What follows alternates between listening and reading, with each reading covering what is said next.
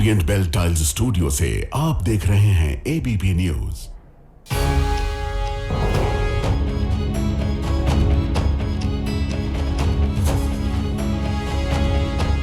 नमस्कार, मैं हूं प्रतिमा मिश्रा। दिन की हर बड़ी खबर के साथ आइए शुरू करते हैं भारत की बात।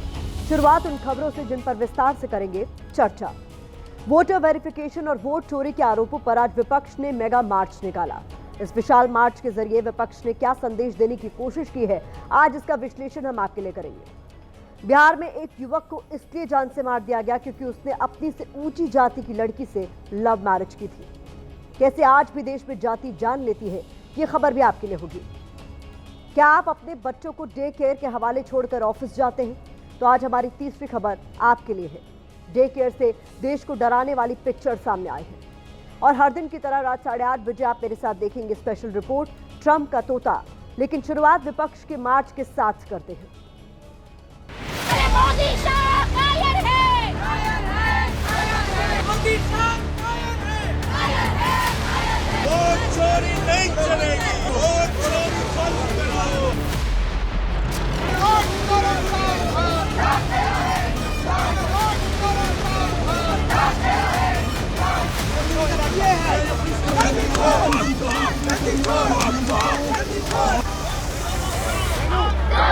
कॉन्स्टिट्यूशन को बचाने की लड़ाई है, वन मैन वन वोट की लड़ाई है। मोदी शाह कायर है, मोदी शाह कायर है।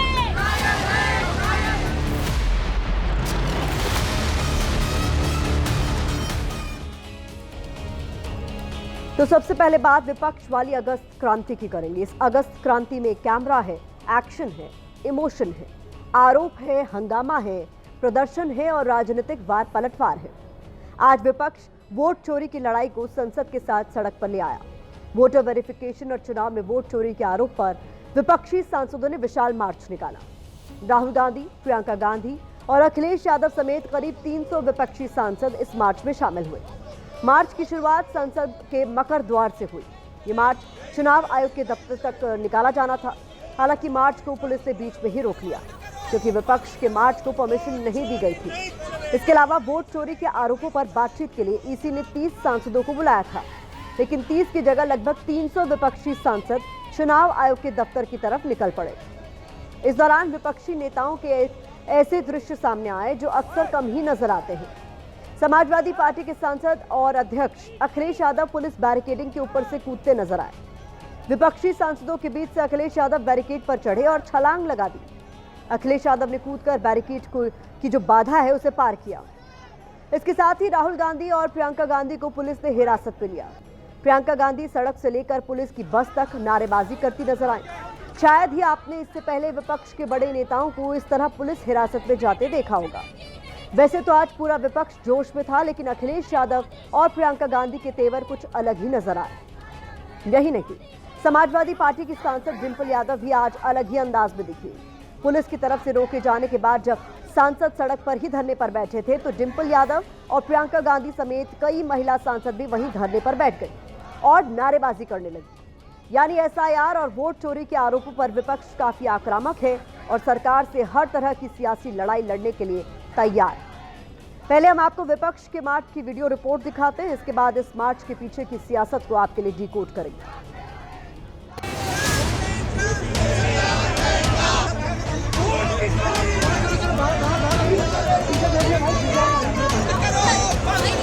वोट चोरी नहीं चलेगी, नहीं बोल रहे।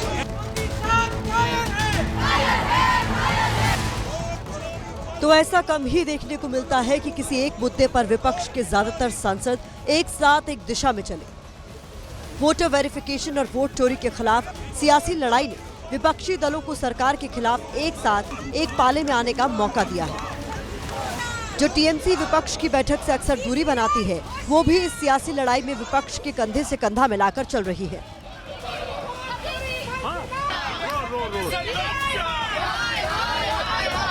21 जुलाई को मॉनसून सत्र की शुरुआत के बाद से विपक्ष लगातार एसआईआर और वोट चोरी के खिलाफ प्रदर्शन कर रहा है। नेता प्रतिपक्ष राहुल गांधी हर दिन वोट चोरी की नई फाइल खोलकर चुनाव आयोग की विश्वसनीयता को कटघरे में खड़ा कर रहे हैं। चुनाव आयोग से जवाब देने की मांग कर रहे हैं। चोरी नहीं चलेगी। नहीं बोल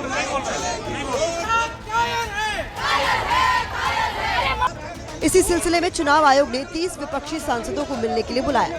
हालांकि विपक्ष के लगभग 300 सांसद मार्च की शक्ल में चुनाव आयोग दफ्तर की तरफ निकल पड़े। पुलिस ने बैरिकेडिंग लगाकर इन्हें रोकने की कोशिश की तो सड़क पर ही धरने पर बैठ गए। मार्च रोके जाने के खिलाफ विपक्ष ने जमकर नारेबाजी की। नहीं चलेगी, नहीं चलेगी। लोकतंत्र से खेलना बंद करो, बंद करो, बंद करो। लोकतंत्र से खेलना बंद करो, बंद करो, बंद करो।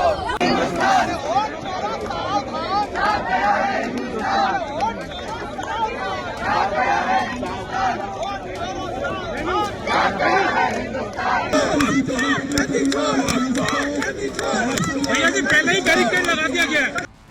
इसके बाद समाजवादी पार्टी अध्यक्ष अखिलेश यादव बैरिकेड कूदकर आगे बढ़ने लगे। तब पुलिस ने कार्रवाई करते हुए विपक्ष के सांसदों को हिरासत में ले लिया। राहुल गांधी, प्रियंका गांधी और अखिलेश यादव समेत विपक्ष के सांसदों को पुलिस ने बस में बिठा दिया। तुम्हारे पास भी रिकॉर्डिंग होगी, रामपुर की, मिल्कीपुर की, कुंदरकी की, मीरापुर की। आप वो आर्काइव से निकालिए और आप पूरे दिन देश को दिखाइए कि किस तरीके से सरकार ने और पुलिस ने मिलकर के वोट लूटे थे, डकैती की थी और ऐसे अधिकारी लगा करके रिवॉल्वर फायरिंग करा करके हमारा वोट रोका था। एक्चुअली बात नहीं कर सकते हैं, रियलिटी ये है क्योंकि सच्चाई देश के सामने है और ये जो लड़ाई है ये राजनीतिक नहीं है, ये कॉन्स्टिट्यूशन की लड़ाई है। कॉन्स्टिट्यूशन को बचाने की लड़ाई है, वन मैन वन वोट की लड़ाई है। डरे हुए हैं, कायर हैं, सरकार कायर है। विपक्ष के मार्च में शामिल टीएमसी की सांसद मिताली बाग प्रदर्शन के दौरान बेहोश हो गई। इसके बाद राहुल गांधी बस से नीचे उतरे और आगे बढ़कर टीएमसी सांसद को कार में बिठाया। पुलिस विपक्षी सांसदों को संसद मार्ग थाने लेकर गई, जहां करीब 1 घंटे तक उन्हें बिठा कर रखा गया। 30 के लगभग एमपीज की परमिशन थी इलेक्शन कमीशन ऑफ इंडिया से। उनमें नंबर ज़्यादा होने का उनको डिटेन किया गया। उनको बताया गया कि 30 की परमिशन है, कोई भी 30 लोग आप में से आ सकते हैं, बट नंबर उनका काफ़ी ज़्यादा था, उसके कारण उनको डिटेन किया। बाद में पुलिस ने विपक्षी सांसदों को छोड़ दिया। थाने से बाहर आने के बाद भी विपक्ष के तेवर कम नहीं हुए। विपक्षी सांसदों का कहना है कि वो इस लड़ाई को आगे भी लगातार जारी रखेंगे। अब सवाल ये है कि विपक्ष को इस मेगा मार्च की जरूरत क्यों पड़ी है और इसके जरिए विपक्ष ने क्या संदेश देने की कोशिश की है। दरअसल विपक्ष सरकार को ये दिखाना चाहता है कि वोटर वेरिफिकेशन और वोट चोरी के आरोपों पर वो पूरी तरह एकजुट है, क्योंकि टीएमसी और खुद को इंडिया गठबंधन से अलग बताने वाली आम आदमी पार्टी भी विपक्ष के मार्च का हिस्सा बनी है। विपक्ष की कोशिश एसआईआर की प्रक्रिया को अवैध ठहराने की है, ताकि बिहार के बाद बंगाल और असम में चुनाव आयोग इस प्रक्रिया को लेकर बैकफुट पर रहे।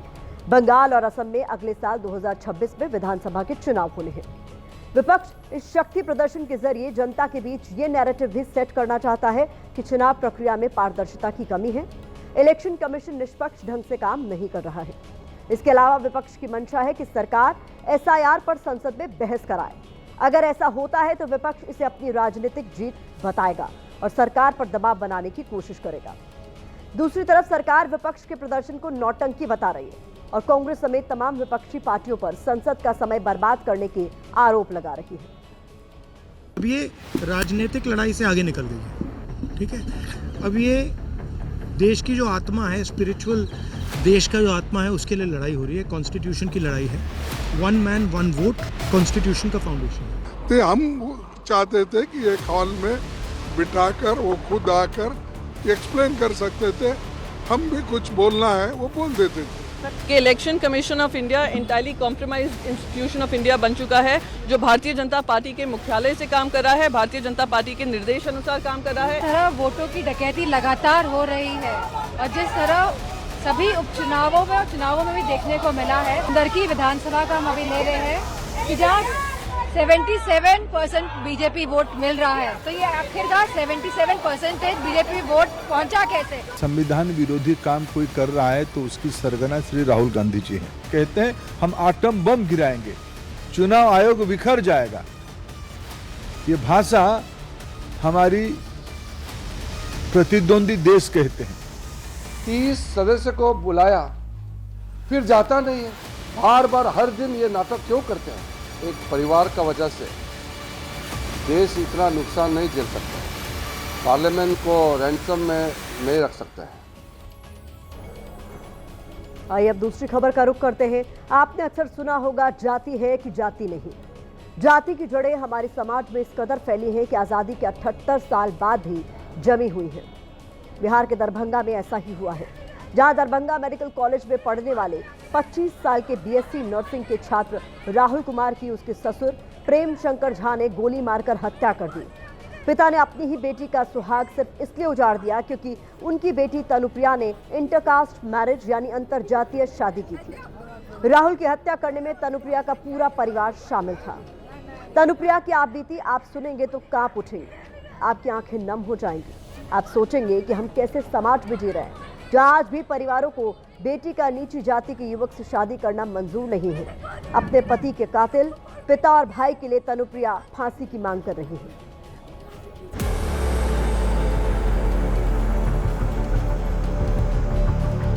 वो देसी कट्टा और एक लोटस कारतूस के साथ आया हुआ था। मैंने उसे सामने से देखा और ऐसा भी नहीं हुआ कि उसके साथ कुछ भी करा जा रहा है।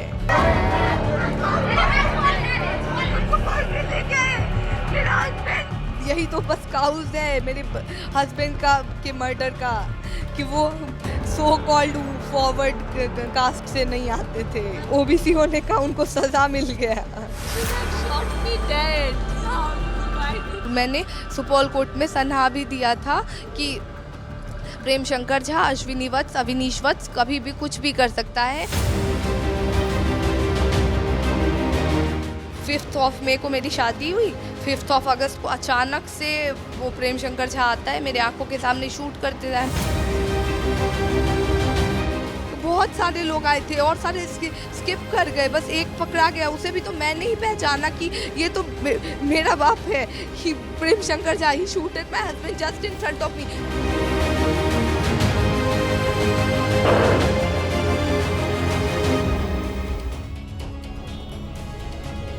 तनुप्रिया ब्राह्मण परिवार से है, जबकि राहुल ओबीसी से था। इसीलिए तनुप्रिया के परिवार को ये पसंद नहीं था कि उनकी बेटी नीची जाति में शादी करे, और यही बात राहुल की हत्या की वजह बनी। 5 मई को तनुप्रिया और राहुल ने मंदिर में शादी की, 7 मई को कोर्ट में शादी की, लेकिन 5 अगस्त को तनुप्रिया के पिता ने अपनी ही बेटी के सुहाग को उजाड़ दिया।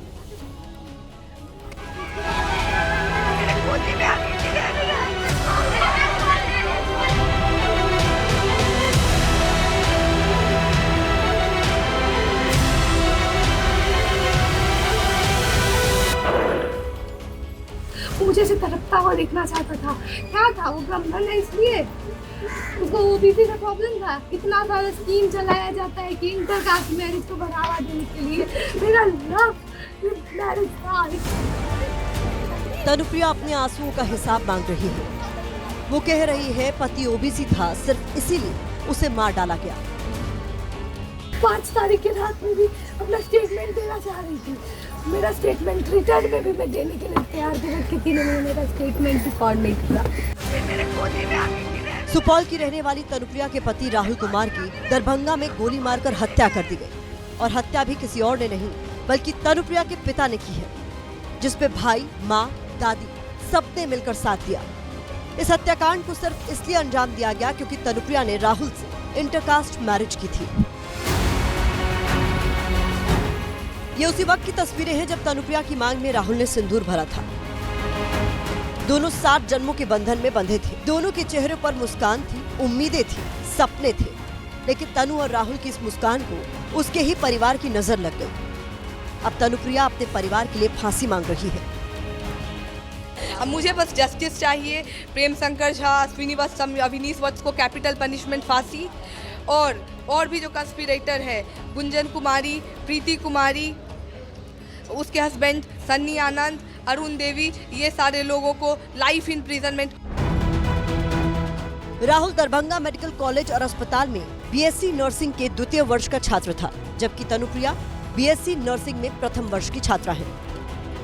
तनुप्रिया ने शादी से पहले एक लेटर लिखा था, जिसमें उसने लिखा था कि वो अपनी मर्जी से घर छोड़ रही है। इस लेटर में तनुप्रिया ने राहुल का भी जिक्र किया है। इसके बाद इसी साल 5 मई को दोनों ने लखीसराय के इंद्र दमनेश्वर ट्रस्ट अशोक धाम में लव मैरिज की थी। इसके बाद 7 मई को दोनों ने कोर्ट में शादी की, लेकिन उसी दिन से तनुप्रिया का परिवार राहुल का दुश्मन बन गया। 5 अगस्त को लड़की के पिता, ये आरोप है जो कि तनुप्रिया की तरफ से लगाया गया है कि उनके पिता आते हैं अचानक शाम को और इस हॉस्टल से आवाज़ लगाते हैं कि आप में से राहुल कुमार कौन है। शाम में जब राहुल यहाँ से निकलते हैं तो ठीक इसी जगह पर राहुल को तनुप्रिया के पिता गोली मारकर, ठीक सीने में गोली मारकर हत्या कर देते हैं। इस बीच इस मामले में खुलासा हुआ है कि लड़की के परिवार ने तनुप्रिया को इंटरकास्ट मैरिज करने से रोका था। इसको लेकर एफआईआर भी दर्ज कराई गई थी। हालांकि बाद में तनुप्रिया ने कोर्ट में राहुल के साथ रहने की बात कहकर मामले को खत्म करा लिया था। बहू को तो रखेंगे हमारे पास, इंसाफ हमको मिलना चाहिए, फांसी मिलना चाहिए, फांसी मिलना चाहिए। प्रेम शंकर झा को उसको 2 बेटा है। तनुप्रिया ने दरभंगा मेडिकल कॉलेज और अस्पताल पर गंभीर आरोप लगाए हैं। तनुप्रिया ने कॉलेज की प्रिंसिपल पर सवाल उठाते हुए कहा है कि आरोपियों के कहने पर प्रिंसिपल पहले से ही उसे परेशान कर रही थी, जिसके बाद अब इस मामले पर राजनीति भी शुरू हो गई है। सामंतवादी विचारधारा के लोगों के द्वारा गोली मारकर हत्या कर दिया जाता है। इस सुशासन की सरकार में प्रशासन का कोई भी अपराधी पर शिकंजा नहीं कसा जा रहा है। राहुल के परिवार को और उस बच्ची तनुप्रिया को न्याय दिलाने के लिए, सांत्वना देने के लिए हम लोग प्रयास कर रहे हैं। तनुप्रिया के पति का मर्डर सिर्फ एक घटना या वारदात नहीं है, बल्कि हमारे समाज की असफलता है। हम सबके लिए शर्म की बात है। जाति की वजह से अपने पति को खो चुकी तनुप्रिया अब अपने ही परिवार के लिए फांसी मांग रही है।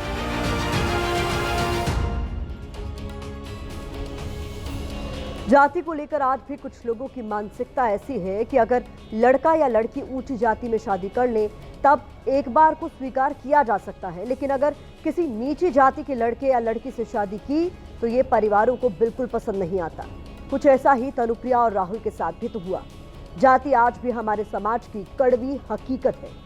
जैसे जाति पूछकर शादी की जाती है, जाति पूछकर पूजा पाठ कराया जाता है, जाति पूछकर घर किराए पर दिया जाता है, जाति के आधार पर भेदभाव किया जाता है, जाति के आधार पर हमारे देश में राजनीति होती है। नेशनल क्राइम रिकॉर्ड ब्यूरो के आंकड़े बताते हैं कि 2019 में देश भर में हॉरर किलिंग की वजह से 24 हत्याएं हुई। साल 2020 में हॉरर किलिंग की वजह से 25 मर्डर हुए। 2021 में हॉरर किलिंग को लेकर हत्या के मामले तेजी से बढ़े और 33 हत्याएं हुई। साल 2022 में हॉरर किलिंग की वजह से 18 लोगों को मौत के घाट उतारा गया। ये वो मामले हैं जो नेशनल क्राइम रिकॉर्ड ब्यूरो ने जारी किए हैं। इसके अलावा बहुत से ऐसे मामले भी होंगे जो रिपोर्ट ही नहीं हुए होंगे। हॉरर किलिंग कुछ और नहीं बल्कि एक सुनियोजित हत्या है जिसे सिर्फ इसलिए अंजाम दिया जाता है ताकि परिवार के सम्मान प्रतिष्ठा पर आंच ना आए। लेकिन ये लोग भूल जाते हैं कि वो अपने सम्मान और प्रतिष्ठा के लिए कितना बड़ा क्राइम कर रहे हैं। अब वक्त इस खबर पर सोशल मीडिया के ओपिनियन का है, तो यूजर्स इसको लेकर लिख रहे हैं, कब बिहार में जाति की हत्यारी जंजीरों को तोड़ा जाएगा। राहुल की हत्या इसलिए हुई क्योंकि प्यार को अपनी जाति से ऊपर रखा। जोड़ियां ऊपर वाला बनाता है, लेकिन जातियों में हमने ही समाज को बांटा है। तो ये इस खबर पर सोशल मीडिया का नजरिया है। अब रुख करते हैं अपनी तीसरी खबर का। यह खबर देश के सभी कामकाजी माता पिता से जुड़ी हुई है। अगर आप दोनों पति पत्नी अपने बच्चों को घंटों तक डे केयर में छोड़कर बिल्कुल बेफिक्र होकर निश्चिंत होकर ऑफिस या फिर दफ्तर जाते हैं तो आज खबर देखना आपके लिए बहुत ज़्यादा ज़रूरी है, क्योंकि यह खबर आपके बच्चे की सुरक्षा से, उसकी सेफ्टी से जुड़ी हुई है। नोएडा में सेक्टर 137 की पारस टिएरा सोसाइटी में चलने वाले एक डे केयर का हैवानियत भरा वीडियो सामने आया है। वीडियो में डे केयर में काम करने वाली नाबालिग मेड 15 महीने की बच्ची से मारपीट करती सीसीटीवी कैमरे में रिकॉर्ड हुई है। कभी वो बच्ची को थप्पड़ लगा रही है, कभी जमीन पर पटक रही है, कभी छोटी बच्ची की कमर पर घूंसा मार रही है। आरोप है कि उसने बच्ची के पैरों पर काटा और प्लास्टिक बेल्ट से उसकी पिटाई की। यही नहीं, वीडियो में आरोपी लड़की बच्ची को झूले पर बिठाकर उसे इस तरह से नीचे छोड़ रही है जिससे बच्ची को गंभीर तौर पर चोट लग सकती है। इस घटना में आरोप डे केयर संचालक पर भी लगे हैं। उनकी तरफ से गाली गलौज की गई है और धमकी दी गई है। फिलहाल इस मामले में पुलिस ने केस दर्ज कर आरोपी स्टाफ को गिरफ्तार कर लिया है।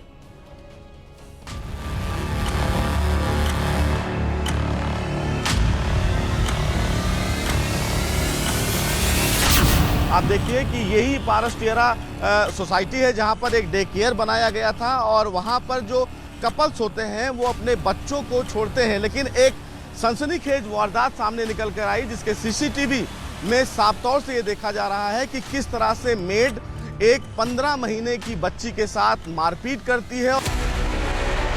सीसीटीवी कैमरा भी लगा हुआ है और इसी डे केयर में उस लड़की को जो मेड है उसने मारा, पीटा और उसके साथ बर्बरता की। तत्कालीन पुलिस ने सुंदर धाराओं में मुकदमा पंजीकृत किया। जो मेड थी, नाबालिग थी, उसे पुलिस अभिरक्षा में लिया गया। बेसिक शिक्षा अधिकारी और बाल कल्याण अधिकारी को भी पुलिस द्वारा पत्राचार किया गया ताकि अपने स्तर से वो कार्रवाई सुनिश्चित करें।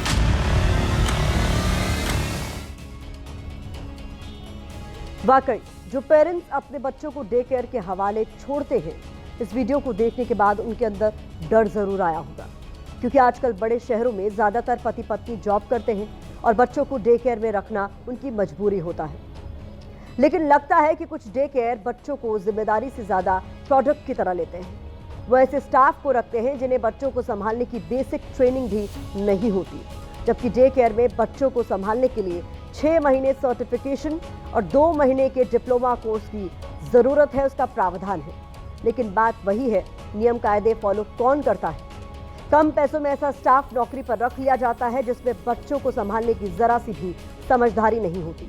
लेकिन फिर भी डे केयर स्टाफ का छोटी बच्ची को इस तरह से मारना कई तरह के सवाल खड़े करता है। क्या ये मामला आरोपी नाबालिग लड़की की मेंटल हेल्थ से जुड़ा हुआ हो सकता है? मनोचिकित्सक का इस पर क्या कुछ कहना है, वो भी सुनिए। इमोशनल प्रॉब्लम्स, कॉग्निटिव समझ की या इंटेलिजेंस में प्रॉब्लम होना, उसके बगैर पर्सनालिटी फैक्टर्स भी बहुत रोल पर होते हैं इसमें जो केयर गिवर्स के होते हैं। फॉर एग्जांपल, कहाँ से मैं आया हूँ, मेरी परवरिश कैसे हुई है, जहाँ पे मारपीट को नॉर्मलाइज किया जाता है, ये भी एक रीजन हो सकता है कि वो बच्चे के साथ ज्यादती हुई हो।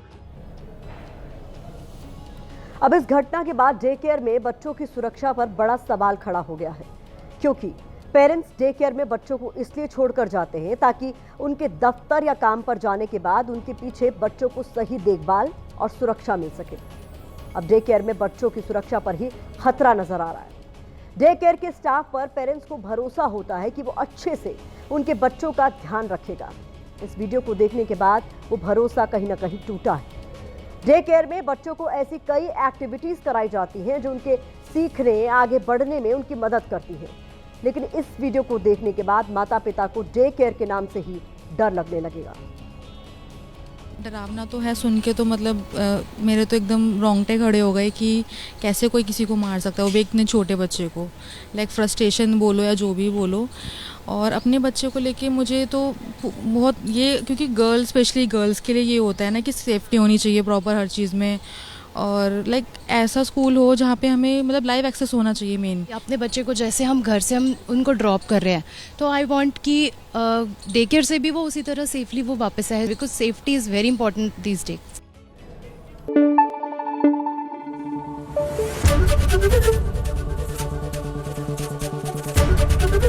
एबीपी न्यूज़ आपको रखे आगे।